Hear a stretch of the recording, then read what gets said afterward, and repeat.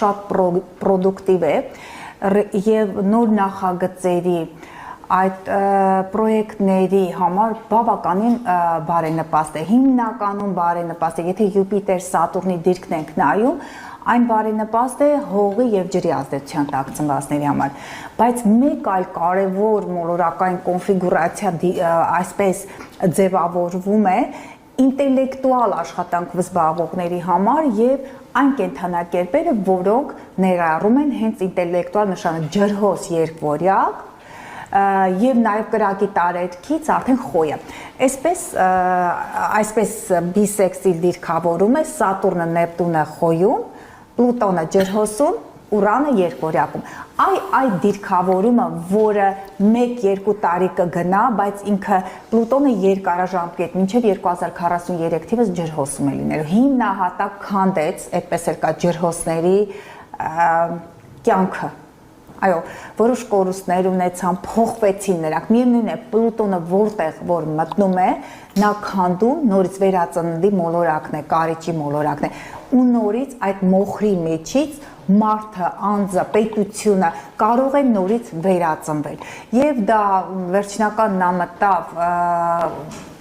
ջրհոսի կենդանակերպ 2024-ի նոյեմբերին եւ դեռ այնտեղ է լինել։ Իսկ Ուրանը, որը երկվորյակում է,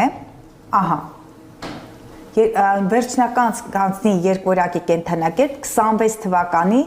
ապրիլի 26-ին։ Այնտեղ մինչև 2032 թվականը կլինի։ Հիմա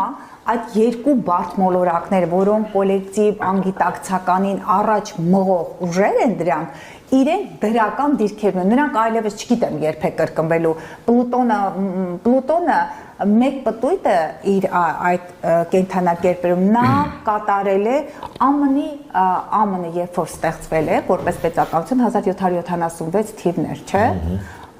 հուլիսի 7-ին է, հուլիսի 4-ին, ես հիշում եմ, հուլիսի 4-ին, այն ժամանակ է եղել Պլուտոնը այդ դիրքով, մեկ էլ հիմա, փաստորեն մեծ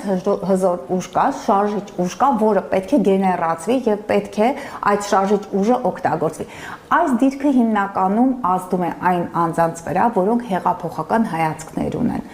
որոնք ինտելեկտուալ աշխատանքով են զբաղվում։ Ջրոս նաեւ համացանցն է,